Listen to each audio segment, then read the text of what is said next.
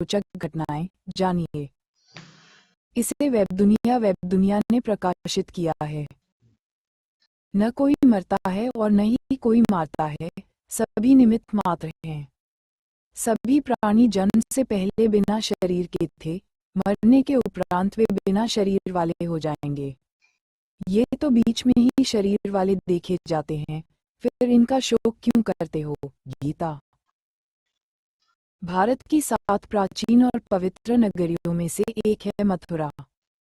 मथुरा का महत्व उसी तरह है जिस तरह की ईसाइयों के लिए बेथलेहम, बौद्धों के लिए लुम्बिनी और मुस्लिमों के लिए मदीना। मथुरा में भगवान कृष्ण का जन्म हुआ था। जन्म से लेकर निर्वाण तक भगवान कृष्ण के जीवन की घटनाओं में भरपूर रोमांच मिलेगा। किसी ने कृष्ण के मामा कंस को बताया कि वसुदेव और देवकी की संतान ही उसकी मृत्यु का कारण होगी, अतः उसने वसुदेव और देवकी दोनों को जेल में बंद कर दिया। कंस उक्त दोनों की संतान के उत्पन्न होते ही मार डालता था। भविष्यवाणी के अनुसार विष्णु को देवकी के गर्भ से कृष्ण के रूप में जन्म लेना था, तो उन्होंने अपने 8वें अवतार के रूप में 8वें मनु वैवस्वत के मनवंतर के 28वें द्वापर में भाद्रपद के कृष्ण पक्ष की रात्रि के 7 मुहूर्त निकल गए और 8वां उपस्थित हुआ, तभी आधी रात के समय सबसे शुभ लग्न उपस्थित हुआ। उस लग्न पर केवल शुभ ग्रहों की दृष्टि थी। रोहिणी नक्षत्र तथा अष्टमी तिथि के संयोग से जयंती नामक योग में लगभग 3112 ईसा पूर्व, अर्थात आज से 5126 वर्ष पूर्व को हुआ। ज्योतिषियों के अनुसार रात 12 बजे उस वक्त शून्य काल था। पहली रोचक घटना अगले पन्ने पर। यमुना के पार गोकुल। जब कृष्ण का जन्म हुआ तो जेल के सभी संतरी माया द्वारा गहरी नींद में सो गए। जेल के दरवाजे स्वतः ही खुल गए। उस वक्त भारी बारिश हो रही थी। यमुना में उफान था। उस बारिश में ही वसुदेव ने नन्हे कृष्ण को एक टोकरी में रखा और उस टोकरी को लेकर वे जेल से बाहर निकल आए। कुछ दूरी पर ही यमुना नदी थी। उन्हें उस पार जाना था, लेकिन कैसे? तभी चमत्कार हुआ। यमुना के जल ने भगवान के चरण छुए और फिर उसका जल 2 हिस्सों में बंट गया और इस पार से उस पार रास्ता बन गया। कहते हैं कि वसुदेव कृष्ण को यमुना के उस पार गोकुल में अपने मित्र नंदगोप के यहाँ ले गए। वहां पर नंद की पत्नी यशोदा को भी एक कन्या उत्पन्न हुई थी। वसुदेव श्री कृष्ण को यशोदा के पास सुलाकर उस कन्या को ले गए। गोकुल मां यशोदा का मायका था और नंदगांव में उनका ससुराल। श्री कृष्ण का लालन पालन यशोदा व नंद ने किया। गोकुल यमुना के तट पर बसा एक गांव है, जहां सभी नंदों की गायों का निवास स्थान था। नंद मथुरा के आसपास गोकुल और नंदगांव में रहने वाले आभीर गोपों के मुखिया थे। यहीं पर वसुदेव की दूसरी पत्नी रोहिणी ने बलराम को जन्म दिया था। बलराम देवकी के 7वें गर्भ में थे, जिन्हें योगमाया ने आकर्षित करके रोहिणी के गर्भ में डाल दिया था। ये स्थान गोप लोगों का था। मथुरा से गोकुल की दूरी महज 12 किलोमीटर है। अगले पन्ने पर दूसरी रोचक कथा। पूतना का वध। जब कंस को पता चला कि छलपूर्वक वसुदेव और देवकी ने अपने पुत्र को कहीं और भेज दिया है, तो उसने चारों दिशाओं में अपने अनुचरों को भेज दिया और कह दिया कि अमुक अमुक समय पर जितने भी बालकों का जन्म हुआ हो उनका वध कर दिया जाए। पहली बार में ही कंस के अनुचरों को पता चल गया कि हो न हो वह बालक यमुना के उस पार ही छोड़ा गया है। बाल्यकाल में ही श्री कृष्ण ने अपने मामा के द्वारा भेजे गए अनेक राक्षसों को मार डाला और उसके सभी कुप्रयासों को विफल कर दिया। सबसे पहले उन्होंने पूतना को मारा। पूतना को उन्होंने नंदबाबा के घर से कुछ दूरी पर ही मारा। नंदगांव में कंस का आतंक बढ़ने लगा तो नंदबाबा ने वहां से पलायन कर दिया।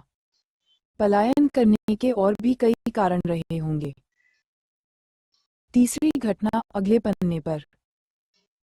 वृंदावन आगमन। नंदगांव में कंस के खतरे के चलते ही नंद बाबा दोनों भाइयों को वहां से दूसरे गांव वृंदावन लेकर चले गए। वृंदावन कृष्ण की लीलाओं का प्रमुख स्थान है। वृंदावन मथुरा से 14 किलोमीटर दूर है। श्रीमद् भागवत और विष्णु पुराण के अनुसार कंस के अत्याचार से बचने के लिए नंद जी कुटुंबियों और सजातियों के साथ नंदगांव से वृंदावन में आकर बस गए थे। विष्णु पुराण में वृंदावन में कृष्ण की लीलाओं का वर्णन भी है। यहाँ श्री कृष्ण ने कालिया का दमन किया था। कालिया और धनुक का वध। फिर कुछ बड़ा होकर उन्होंने कदम्ब वन में बलराम के साथ मिलकर कालिया नाग का वध किया। फिर इसी प्रकार वहीं ताल वन में दैत्य जाति का धनुक नाम का अत्याचारी व्यक्ति रहता था, जिसका बलदेव ने वध कर डाला। उक्त दोनों घटनाओं से कृष्ण और बलदेव की ख्याति दूर दूर तक फैल गई थी। इसके अलावा यहाँ पर उन्होंने यमलार्जुन, शकटासुर वध, प्रलंब वध और अरिष्ट वध किया। रासलीला। मान्यता है कि यहीं पर श्री कृष्ण और राधा एक घाट पर युगल स्नान करते थे। इससे पहले कृष्ण की राधा से मुलाकात गोकुल के पास संकेत तीर्थ पर हुई थी। वृंदावन में ही श्री कृष्ण और गोपियां आंख मिचौनी का खेल खेलते थे। यहीं पर श्री कृष्ण और उनके सभी सखा और सखियां मिलकर रासलीला अर्थात तीज त्योहारों पर नृत्य उत्सव का आयोजन करते थे। कृष्ण की शरारतों के कारण उन्हें बांके बिहारी कहा जाता है। यहाँ बांके बिहारी जी का मंदिर है। यहाँ पर यमुना घाट के प्रत्येक घाट से भगवान कृष्ण की कथा जुड़ी हुई है। गोवर्धन पर्वत। वृंदावन के पास ही गोवर्धन पर्वत है। यहीं पर कृष्ण ने लोगों को इंद्र के प्रकोप से बचाया था। उस काल में लोग इंद्र से डरकर उसकी पूजा करते थे। कृष्ण ने उनके इस डर को बाहर निकाला और सिर्फ परमेश्वर के प्रति ही प्रार्थना करने की शिक्षा दी। नंद इंद्र की पूजा का उत्सव मनाया करते थे। श्री कृष्ण ने इसे बंद करके कार्तिक मास में अन्नकूट का उत्सव आरंभ कराया। चौथी रोचक घटना। अगले पन्ने पर। कंस का वध। वृंदावन में कालिया और धनुक का सामना करने के कारण दोनों भाइयों की ख्याति के चलते कंस समझ गया था कि ज्योतिष भविष्यवाणी अनुसार इतने बलशाली किशोर तो वसुदेव और देवकी के पुत्र ही हो सकते हैं। तब कंस ने दोनों भाइयों को पहलवानी के लिए निमंत्रण दिया, क्योंकि कंस चाहता था कि इन्हें पहलवानों के हाथों मरवा दिया जाए। लेकिन दोनों भाइयों ने पहलवानों के शिरोमणि चाणूर और मुष्टिक को मारकर कंस को पकड़ लिया और सबके देखते देखते ही उसको भी मार दिया। कंस का वध करने के पश्चात कृष्ण और बलदेव ने कंस के पिता उग्रसेन को पुनः राजा बना दिया। उग्रसेन के 9 पुत्र थे, उनमें कंस ज्येष्ठ था। उनके नाम हैं न्यग्रोध, सुनामा, कंक, शंकु, अजभू, राष्ट्रपाल, युद्धमुष्टि और सुमुष्टिद। उनके कंसा, कंसवती, सतंतु, राष्ट्रपाली और कनका नाम की 5 बहनें थीं। अपनी संतानों सहित उग्रसेन क्यूकुर वंश में उत्पन्न हुए कहे जाते हैं और उन्होंने व्रजनाभ के शासन संभालने के पूर्व तक राज किया। कृष्ण बचपन में ही कई आकस्मिक दुर्घटनाओं का सामना करने तथा किशोरावस्था में कंस के षड्यंत्रों को विफल करने के कारण बहुत लोकप्रिय हो गए थे। कंस के वध के बाद उनका अज्ञातवास भी समाप्त हुआ और उनके सहित राज्य का भय भी। तब उनके पिता और पालक ने दोनों भाइयों की शिक्षा और दीक्षा का इंतजाम किया। अगले पन्ने पर 5वीं रोचक घटना। गुरु का आश्रम। दोनों भाइयों को अस्त्र, शस्त्र और शास्त्री की शिक्षा के लिए सांदीपनि के आश्रम भेजा गया, जहां पहुंचकर कृष्ण बलराम ने विधिवत दीक्षा ली और अन्य शास्त्रों के साथ धनुर्विद्या में विशेष दक्षता प्राप्त की। वहीं उनकी सुदामा ब्राह्मण से भेंट हुई, जो उनका गुरु भाई हुआ। इस आश्रम में कृष्ण ने अपने जीवन के कुछ वर्ष बिताकर कई सारी घटनाओं से सामना किया और यहाँ भी उनको प्रसिद्धि मिली। शिक्षा और दीक्षा हासिल करने के बाद कृष्ण और बलराम पुनः मथुरा लौट आए और फिर वे मथुरा के सेना और शासन का कार्य देखने लगे। उग्रसेन जो मथुरा के राजा थे, कृष्ण के नाना थे। कंस के मारे जाने के बाद उसका श्वशुर और मगध का सम्राट जरासंध क्रुद्ध हो चला था। अगले पन्ने पर छठी रोचक घटना, जरासंध का आक्रमण। जब कंस का वध हो गया तो मगध का सबसे शक्तिशाली सम्राट जरासंध क्रोधित हो उठा, क्योंकि कंस उसका दामाद था। जरासंध कंस का श्वशुर था। कंस की पत्नी मगध नरेश जरासंध को बार बार इस बात के लिए उकसाती थी कि कंस का बदला लेना है। इस कारण जरासंध ने मथुरा के राज्य को हड़पने के लिए 17 बार आक्रमण किए। हर बार उसके आक्रमण को असफल कर दिया जाता था। फिर एक दिन उसने काल्यवन के साथ मिलकर भयंकर आक्रमण की योजना बनाई। काल्यवन की सेना ने मथुरा को घेर लिया। उसने मथुरा नरेश के नाम संदेश भेजा और काल्यवन को युद्ध के लिए एक दिन का समय दिया। श्री कृष्ण ने उत्तर में भेजा कि युद्ध केवल कृष्ण और काल्यवन में हो, सेना को व्यर्थ क्यों लड़ाएं। काल्यवन ने स्वीकार कर लिया। कृष्ण और काल्यवन का युद्ध हुआ और कृष्ण रणभूमि छोड़कर भागने लगे, तो काल्यवन भी उनके पीछे भागा। भागते भागते कृष्ण एक गुफा में चले गए। काल्यवन भी वहीं घुस गया। गुफा में काल्यवन ने एक दूसरे मनुष्य को सोते हुए देखा। काल्यवन ने उसे कृष्ण समझकर कसकर लात मार दी और वह मनुष्य उठ पड़ा। उसने जैसे ही आंखें खोली और इधर उधर देखने लगा, तब सामने उसे काल्यवन दिखाई दिया। काल्यवन उसके देखने से तत्काल ही जलकर भस्म हो गया। काल्यवन को जो पुरुष गुफा में सोए मिले, वे इक्ष्वाकु वंशी महाराजा मांधाता के पुत्र राजा मुचुकुंद थे, जो तपस्वी और प्रतापी थे। उनके देखते ही काल्यवन भस्म हो गया। मुचुकुंद को वरदान था कि जो भी उन्हें उठाएगा वह उनके देखते ही भस्म हो जाएगा।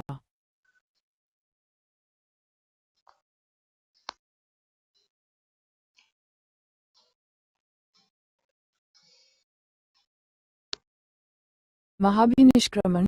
काल्यवन के मारे जाने के बाद हड़कंप मच गया था। अब विदेशी भी श्री कृष्ण के शत्रु हो चले थे। तब अंततः कृष्ण ने अपने 18 कुल के सजातियों को मथुरा छोड़ देने पर राजी कर लिया। वे सब मथुरा छोड़कर रैवत पर्वत के समीप कुशस्थलीपुरी, द्वारिका में जाकर बस गए। महाभारत मौसल 14.43-50। यह इतिहास का सबसे बड़ा माइग्रेशन था। उग्रसेन, अक्रूर, बलराम सहित लाखों की तादाद में कृष्ण के कुल के यादव अपने पूर्व स्थान द्वारका लौट गए। रह गए तो सिर्फ वे जो कृष्ण कुल से नहीं थे।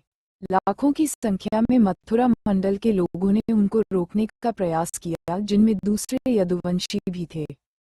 सभी की आंखों में आंसू थे, लेकिन कृष्ण को तो जाना ही था। सौराष्ट्र में पहले से ही यदुवंशी लोग रहते थे। यह उनके प्राचीन पूर्वजों की भूमि थी। इस निष्क्रमण के उपरांत मथुरा की आबादी बहुत कम रह गई होगी। कृष्ण के जाने के बाद मथुरा पर जरासंध का शासन हो गया। अगले पन्ने पर 7वीं रोचक घटना, द्वारिका। द्वारिका में रहकर कृष्ण ने सुखपूर्वक जीवन बिताया। यहीं रहकर उन्होंने हस्तिनापुर की राजनीति में अपनी गतिविधियां बढ़ाईं और 8 स्त्रियों से विवाह कर एक नए कुल और साम्राज्य की स्थापना की। द्वारिका वैकुंठ के समान थी। कृष्ण की 8 पत्नियां थीं, रुक्मिणी, सत्यभामा, जाम्बवती, मित्रविंदा, सत्या, लक्ष्मणा, भद्रा और कालिंदी। इनसे उनका कई पुत्र और पुत्रियों की प्राप्ति हुई। इसके बाद कृष्ण ने भौमासुर, नरकासुर द्वारा बंधक बनाई गई लगभग 16,000 स्त्रियों को मुक्त कराकर उन्हें द्वारिका में शरण दी। नरकासुर प्रागज्योतिषपुर का दैत्यराज था, जिसने इंद्र को हराकर उनको उनकी नगरी से बाहर निकाल दिया था। नरकासुर के अत्याचार से देवतागण त्राही त्राही कर रहे थे। वह वरुण का छत्र, अदिति के कुंडल और देवताओं की मणि छीनकर त्रिलोक विजयी हो गया था। वह पृथ्वी की हजारों सुंदर कन्याओं का अपहरण कर उनको बंदी बनाकर उनका शोषण करता था। मुक्त कराई गई ये सभी स्त्रियां कृष्ण की पत्नियां या रखैल नहीं थीं, बल्कि उनकी सखियां और शिष्या थीं, जो उनके राज्य में सुखपूर्वक स्वतंत्रतापूर्वक अपना अपना जीवन यापन अपने तरीके से कर रही थीं। अगले पन्ने पर 8वीं रोचक घटना। पांडवों से कृष्ण की मुलाकात। एक दिन पंचाल के राजा द्रुपद द्वारा द्रौपदी स्वयंवर का आयोजन किया गया। उस काल में पांडव के वनवास के 2 साल में से अज्ञातवास का 1 साल बीत चुका था। कृष्ण भी उस स्वयंवर में गए। वहां उनकी बुआ कुंती के लड़के पांडव भी मौजूद थे। यहीं से पांडवों के साथ कृष्ण की घनिष्ठता का आरंभ हुआ। पांडव अर्जुन ने मत्स्य भेद कर द्रौपदी को प्राप्त कर लिया और इस प्रकार अपनी धनुर्विद्या का कौशल अनेक देश के राजाओं के समक्ष प्रकट कर दिया। अर्जुन की इस कौशलता से श्री कृष्ण बहुत प्रसन्न हुए। वहीं उन्होंने पांडवों से मित्रता बढ़ाई और वनवास की समाप्ति के बाद वे पांडवों के साथ हस्तिनापुर पहुंचे। कुरुराज धृतराष्ट्र ने पांडवों को इंद्रप्रस्थ के आसपास का प्रदेश दे रखा था। पांडवों ने कृष्ण के द्वारका निर्माण संबंधी अनुभव का लाभ उठाया। उनकी सहायता से उन्होंने भी जंगल के एक भाग को साफ कराकर इंद्रप्रस्थ नगर को अच्छे और सुंदर ढंग से बसाया। इसके बाद कृष्ण द्वारका लौट गए। फिर एक दिन अर्जुन तीर्थाटन के दौरान द्वारिका पहुंच गए। वहां कृष्ण की बहन सुभद्रा को देखकर वे मोहित हो गए। कृष्ण ने दोनों का विवाह करा दिया और इस तरह कृष्ण की अर्जुन से प्रगाढ़ मित्रता हो गई। अगले पन्ने पर 9वीं रोचक घटना। जरासंध का वध। इंद्रप्रस्थ के निर्माण के बाद युधिष्ठिर ने राजसूय यज्ञ का आयोजन किया और आवश्यक परामर्श के लिए कृष्ण को बुलाया। कृष्ण इंद्रप्रस्थ आए और उन्होंने राजसूय यज्ञ के आयोजन का समर्थन किया। लेकिन उन्होंने युधिष्ठिर से कहा कि पहले अत्याचारी राजाओं और उनकी सत्ता को नष्ट किया जाए, तभी राजसूय यज्ञ का महत्व रहेगा और देश विदेश में प्रसिद्धि होगी। युधिष्ठिर ने कृष्ण के इस सुझाव को स्वीकार कर लिया। तब कृष्ण ने युधिष्ठिर को सबसे पहले जरासंध पर चढ़ाई करने की सलाह दी। इसके बाद भीम और अर्जुन के साथ कृष्ण मगध रवाना हुए और कुछ समय बाद मगध की राजधानी गिरिब्रज पहुंच गए। कृष्ण की नीति सफल हुई और उन्होंने भीम द्वारा मल्लयुद्ध में जरासंध का वध करवा डाला। जरासंध की मृत्यु के बाद कृष्ण ने उसके पुत्र सहदेव को मगध का राजा बनाया। फिर उन्होंने गिरिब्रज के बंदीगृह में बंद सभी राजाओं को मुक्त किया और इस प्रकार कृष्ण ने जरासंध जैसे क्रूर शासक का अंत कर बंदी राजाओं को उनका राज्य पुनः लौटाकर खूब यश पाया। जरासंध के वध के बाद अन्य सभी क्रूर शासक भयभीत हो चले थे। पांडवों ने सभी को झुकने पर विवश कर दिया और इस तरह इंद्रप्रस्थ